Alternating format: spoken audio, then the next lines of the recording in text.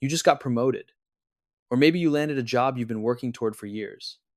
People are congratulating you. They're telling you how much you deserve it. But instead of feeling proud, you feel terrified. You look around the room and think, they're going to figure out I don't belong here. So you work harder.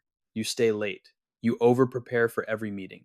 You say yes to everything because you're trying to prove you deserve to be there.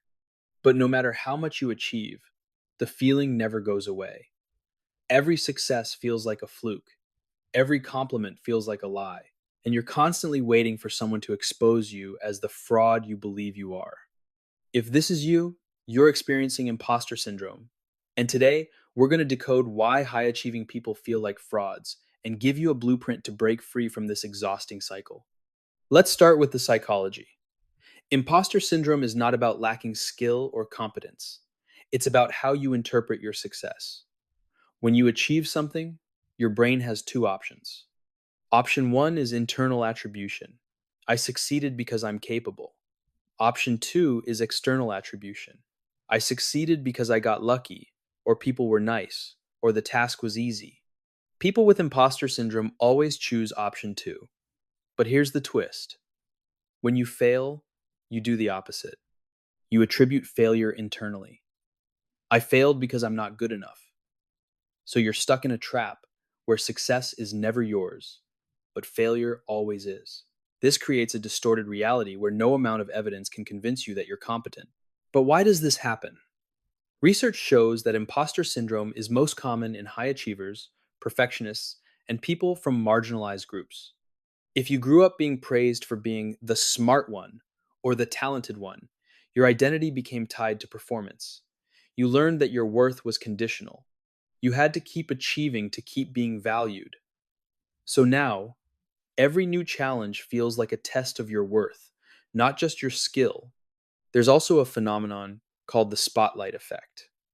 You believe everyone is watching you, analyzing you, waiting for you to mess up. But the truth is, most people are too busy worrying about themselves to scrutinize you. That presentation you think you bombed, most people have already forgotten it.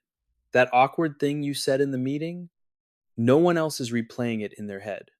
You're living under a spotlight that doesn't actually exist. And here's the cruelest part.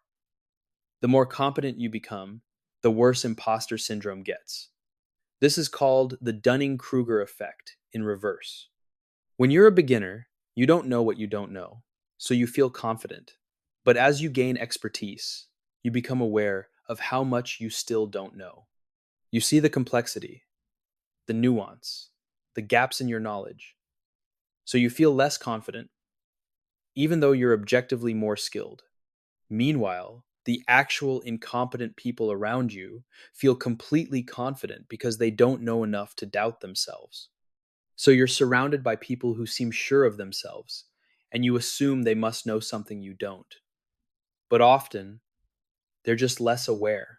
So, how do we break free from this? You need a blueprint that rewires how you interpret your success. Step one is tracking your wins. Imposter syndrome thrives on selective memory. You remember every mistake but forget every success. So you need to externalize the evidence. Keep a document where you write down every accomplishment, every positive feedback, every problem you solved. When the imposter voice shows up, you have proof to counter it. Step two is reframing luck. Yes, luck plays a role in success, but luck is not the whole story. You were in the right place at the right time because you put yourself there. You got the opportunity because you built the skills. Luck is just one variable in a much larger equation that includes your effort, your preparation, and your ability. Step three is separating your identity from your performance. You are not your job title. You are not your last project. You are a human being with inherent worth, regardless of what you produce. When you fail, it doesn't mean you're a failure. It means you tried something difficult. When you succeed, it doesn't mean you're finally worthy. You were always worthy. Step four is talking about it. Imposter syndrome loses power when you say it out loud. Tell a trusted colleague or friend, I'm feeling like a fraud right now. You'll be shocked how many people respond with, me too. This isn't a sign that you're all frauds. It's a sign that self doubt is a normal part of growth. Step 5 is embracing being a beginner. Every time you level up, you enter a new arena where you're the least experienced person in the room. That's not evidence that you don't belong. That's evidence that you're growing. Discomfort is not a warning sign, it's a growth sign. And finally, step 6 is lowering the stakes. You're treating every task like it's a referendum on your worth, but it's not. It's just a task. You're allowed to make mistakes. You're allowed to not know everything. You're allowed to be human. Here's what I want you to remember: imposter syndrome is not a sign that you're a fraud. It's a sign that you're challenging yourself. It's a sign that you care about doing good work. And ironically, actual frauds don't experience imposter syndrome. They're too busy being overconfident. So the next time that voice tells you you don't belong, recognize it for what it is.